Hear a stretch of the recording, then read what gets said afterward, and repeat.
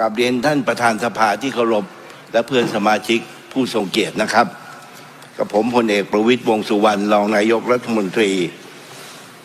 ก็ขอเรียนว่าข้อกล่าวหาของผู้อภิปรายนะครับทั้งในเรื่องนาฬิกาทั้งหมดนี่นะครับผมไม่สามารถที่จะตอบได้เพราะว่าไม่อาจก้าวล่วงไปในเรื่องของปปช.เขาได้นะครับเพราะผมไม่ได้เกี่ยวข้องกับในเรื่องของปปช.นะครับส่วนในเรื่องที่ผมจะมีเพื่อนดีสักคนนี่ของคุณคงไม่เคยมีนะครับผ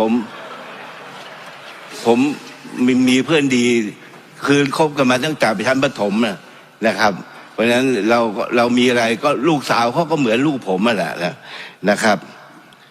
ก็แล้วเรื่องของปฏิวัติเนี่ยผมก็ไม่ได้ไปเกี่ยวข้องนี่ครับคนปฏิวัติท่านนายกเด็กคนเดียวนายกท่านอนุพงศ์ก็ไม่ได้เกี่ยวข้องคุณก็เอาผมไปเกี่ยวข้องผมยังไม่รู้เลยจะปฏิวัติเมื่อไหร่3 ป 3 เปอร์อะไรเงี้ยพูดไปเรื่อยนะเอาเรื่องจริงเขาว่าดีกว่าครับนะครับ